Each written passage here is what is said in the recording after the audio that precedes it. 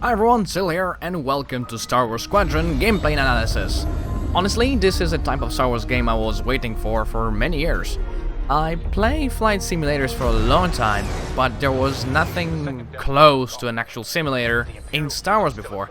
And by what we can see here, it's as close to a simulator in Star Wars as it can get.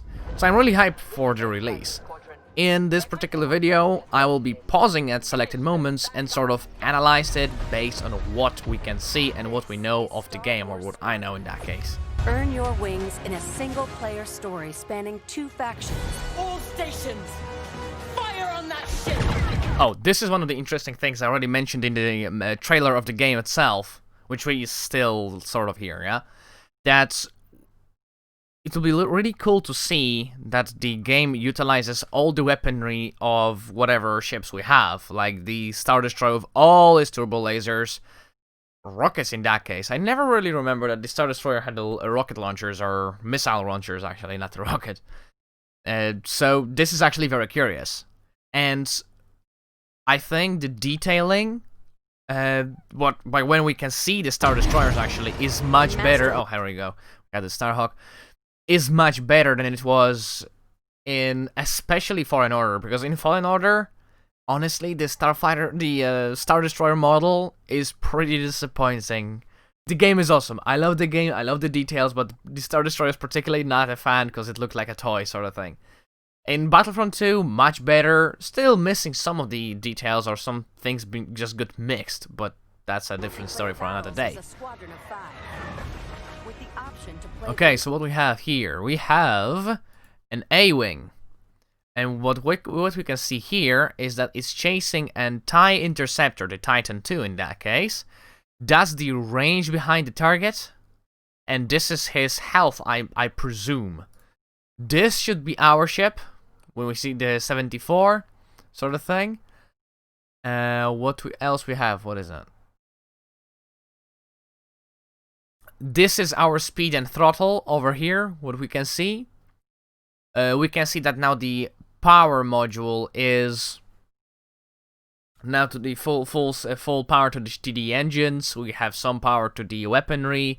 Apparently we are either out of shields in this scene, 40, I guess, missiles or rockets or something, 4 countermeasures, this is over here, and 8 of this sort of other type of missile, which makes sense that the Interceptor have all varieties of missiles to catch the enemy fighters or bombers or whatever. That's what Interceptor is for.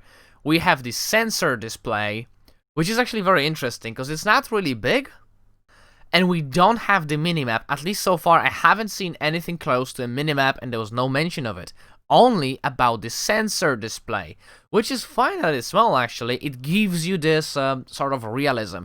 If any of you guys played, for example, DCS Combat Flight Simulator, in there you don't get you get a map, you can use a map, but generally you're using the displays in your fighter or bomber or whatever you're using, let's say F-18 Hornet, and that's the size of it. It's not really big. You have to use that equipment just like in real life, which gives that high immersion into this particular game, which I love it. This is the definitive Star Wars pilot experience.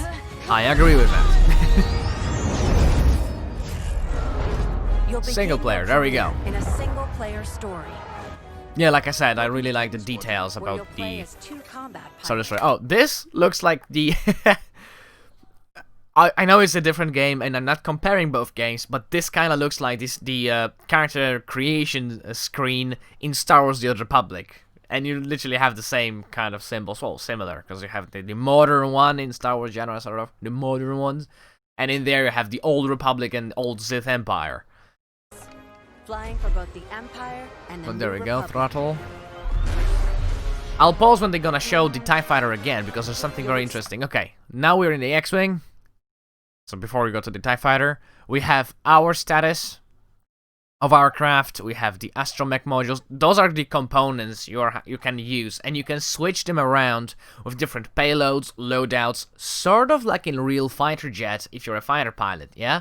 That you can shift and select your loadout depending on the mission you're doing, which is quite interesting, and I really like to see that.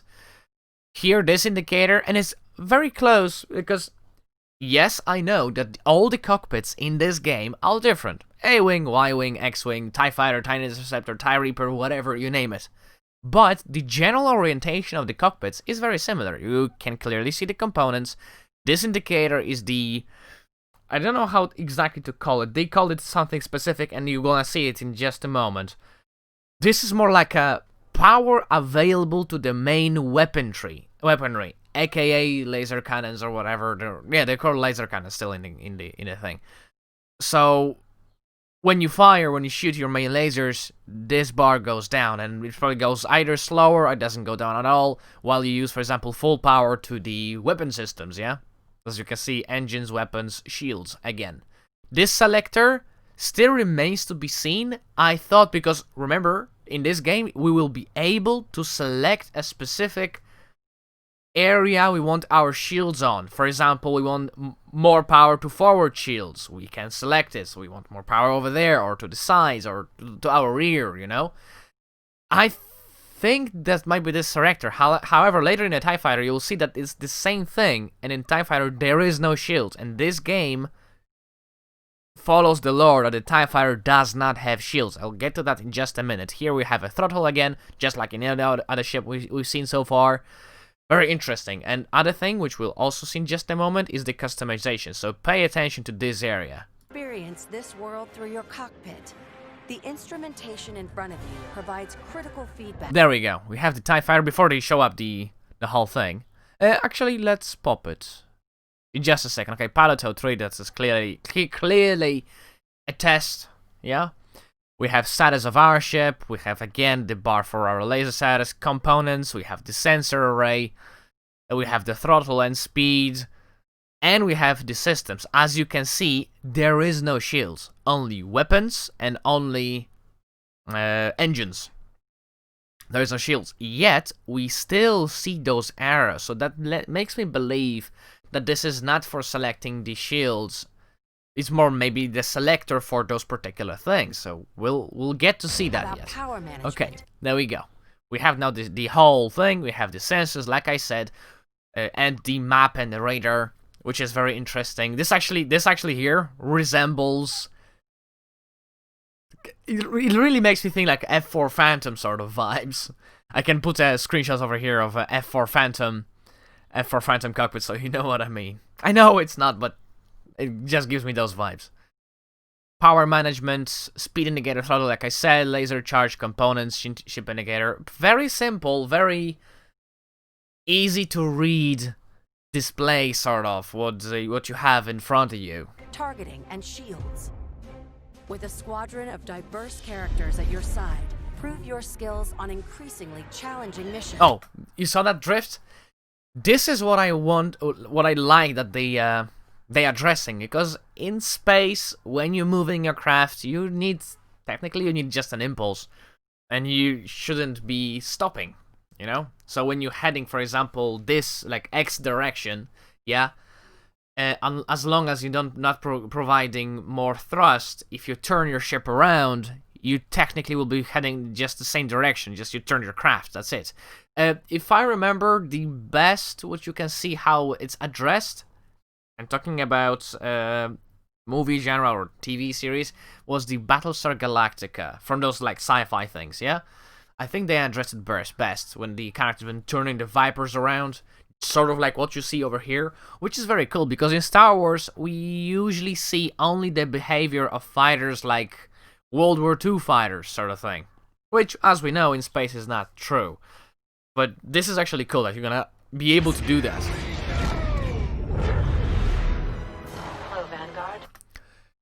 Yes, this is Hera Syndulla, by the way, so if you watched the previous video, finally confirmed this is Hera Syndulla, and I love it. Okay, we have the Starhawk again. As we can see, I was a little bit wrong on the hologram, which we saw in the main trailer of the game. I thought it's a little bit more blocky, but when they showed it from the front, it looks much more like the graphics I already know. So there's no alterations or anything. Stick together. Will shape the balance of power in the galaxy. There we go. He has... Oh no, it's empty. Okay, so we have now the indicator that the whatever system this is empty. And as you remember from the somewhat the beginning where the A-Wings show up, it had a difference. So you can swap the components around, which you will also see in just a moment. But yeah, this is another thing we can actually use and see, view. Ooh. To take the fight online, you'll need flight time with all 8 ships. Fighters. This is actually something which I have lots of questions about. Like, earning your wings.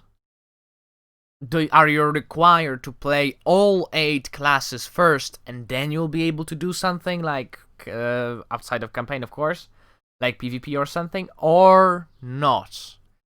Which remains to be seen, because I haven't found an answer for that, but I'm really curious about it. Are you required to do certain amount of things in each class to be able to, for example, go for, I don't know, some type of the battle, possibly the PvP one, yeah? Are the most flexible and versatile, able to handle.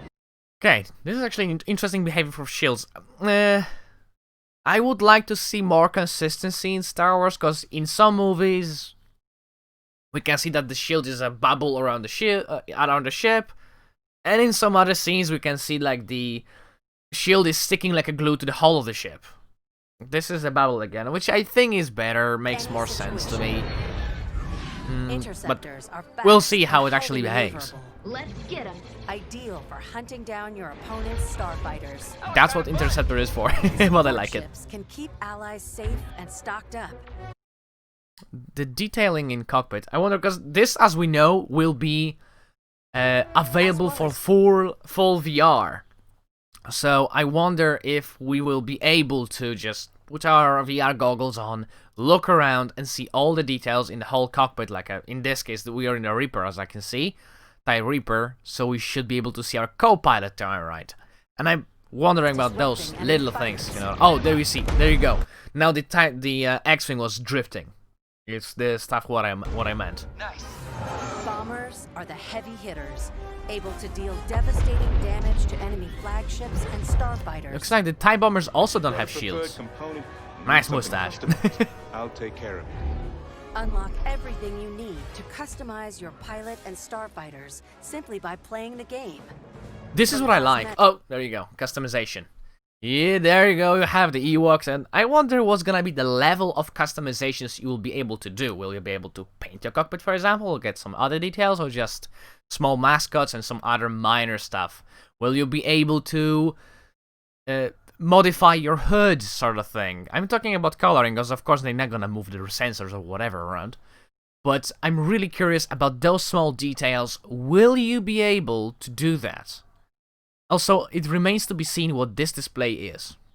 It clearly resembles modern-era fighter jets displays, but I'm really curious what is that. It's clearly not ready because the game is still in development, but I'm really curious what is going to be here. Maybe they're gonna move some of the sensors here. We'll see. But yeah, the customization, what I like what they said here. So far, there is no indication that it will be microtransactions you will be buying, sort of, to get pay-to-win sort of stuff. Which is actually good, because that's what made Battlefront 2 much better, when they removed all the microtransactions for basically pay-to-win. Here, I like the amount of cosmetics. I mean, yes, I know that, for example, TIE Fighters, they haven't been really changing their color schemes. It was basically the basic sort of paint that we can see in the movies and many other aspects of the whole Star Wars lore. Very rarely we could see them actually painted in something, and when we did, it was usually in the games, not in the movies or anything else. Okay, components. This is what I like, because this sort of looks like the best example from my channels that you can take a look here is from World of Warships or World of Tanks, where you can pick up individual different modules or components to what you want to take with you. We can see you can equip rockets, Goliath missile. Okay, that's interesting. Multi-lock missile. Cluster missile. That's cluster missiles. Then we could see that they've been using them in this trailer. There was the astromech somewhere here. Where was it? Was it anywhere here? Yes. repair droid. So you can equip yourself as a repair droid or repair system. My guess is because I don't think TIE Fighter can get an astromech, so I guess that you would get the repair system. So all the different modules, so you can equip your fighter differently to personalize it that way, to your sort of gameplay, to your style of flying and what you want to see. That alter how your ships fly, fight, and survive. They're on you! I'll deal with it. You can dramatically change your loadout depending on your squadron's strategy. Finally got him. This will be critical in Star Wars Squadrons multiplayer modes. Yes, dogfight First up, mode. Dogfights. This is an all-out 5v5 battle. This Hard 5, that was the best! Fine-tune your loadouts to work as a team. Moving in on the enemy. Utilize components like tractor beams, turrets, and mines. This is actually interesting. The mines I can understand. The turret deployment is Slow down your interesting. Where is the mine? We could see the turret just over here. Where is it? Oh, there you go. We have the turret. So, as they could say, the bigger ships can get the support ship, not really maneuverable, much bigger, but it can have, like you heard, a tractor beam, because it wouldn't make sense that the TIE Fighter would have a tractor beam. I might be wrong, but for me that wouldn't make much sense. So, that is also an interesting concept, because we could see that particular things, like mines, turrets, that sort of thing. We can see that in... If we're talking about Star Wars: The Old Republic, you can equip those stuff in your ships, including even fighters. Turrets and mines to slow down your opponents or set up your squad mates for the kill. Rebels unmarked. For teams looking for an even greater challenge. Okay, that was interesting. I noticed that when I watched it for the first time. This character, like the face, the model in general, comes straight from Battlefront 2, which is actually quite interesting, because this is, you can see that all around. The only toy like you can see in Star Wars Battlefront 2 is this particular one. And it's like a grunt number 32 or something. It's time to prove yourself in Star Wars Squadrons signature mode, Fleet Battles. Okay, so that's gonna be the signature, Fleet Battles. Multi-stage conflicts. Whether playing solo or with friends, you'll have the option to compete against other players or AI as a squadron of 5. This is actually cool because not everyone will be to the PvP aspect of it. Some people will be just, you know, chill out, fly around, and bash together with AI. So it's good that they're not forcing only the PvP to you and the campaign mode or something. Don't worry, I got him for you. Meet your team in the social hub to solidify strategy. Yes, that's what I'm curious about, actually, the social aspect of it. Will you be able to walk around and just meet with your team members and plan ahead? So sort of like let's call it a role-play. Or it's just basically like, for example, you're at the table and you're planning your attack or whatever is going to be here. Coordinate loadouts and prepare for takeoff. First, push the front line by winning the dogfight in the center of the map. Next, attack or defend.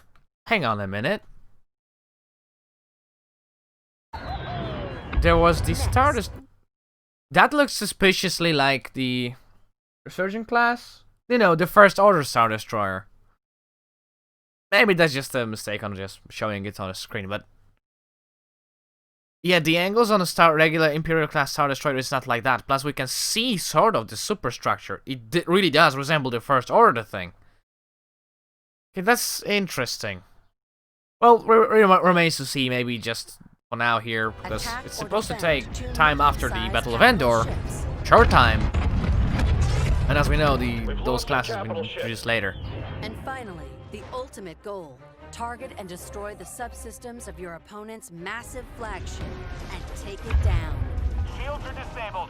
At each phase, your squadron either pushes the line forward or falls back to defend. Keep our flagships safe. It's your squadron's choice of how to play. I'm hit! Speedy, unrelenting assaults. Stay together, strike quickly. stealth and subversion, There we go, we have the Drit again. or brutal bombardment. That ship is vulnerable. Take your shot. We need to hurry. A unified squadron is the key to victory. Making my attack run now. Let's make this count.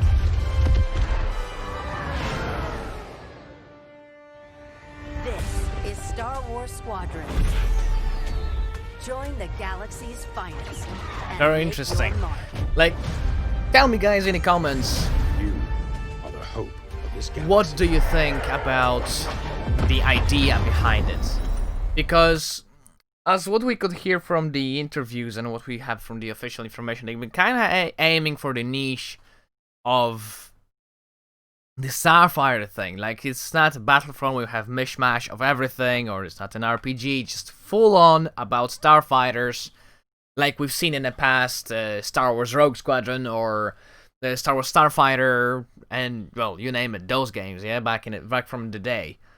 So, I'm really eager to see it. I really can't wait to finally play the game itself. And how the EA will make it happen. I think it would make an interesting MMO sort of thing. Let's say like War Thunder, World of Tanks, World of Warships, where it's free to play, and then you have like premium ships or something, you know what I mean? So you can buy some things, but it's not pay to win sort of style. Usually with EA, you have to buy the game, then you can play it. We'll see. It remains to be seen. We know that we're gonna have to pay for the game, but we'll see what else we will get. But we have to be patient. Not too much, because it's already coming out in October, which is not that far from here. As for this video, leave a comment, what do you think about the game so far? Are you as hyped as I am, or it's not really your type of thing? Thank you everyone for watching, consider leaving a like and subscribing to my channel for more content like this, and I will see you in the next video. See ya!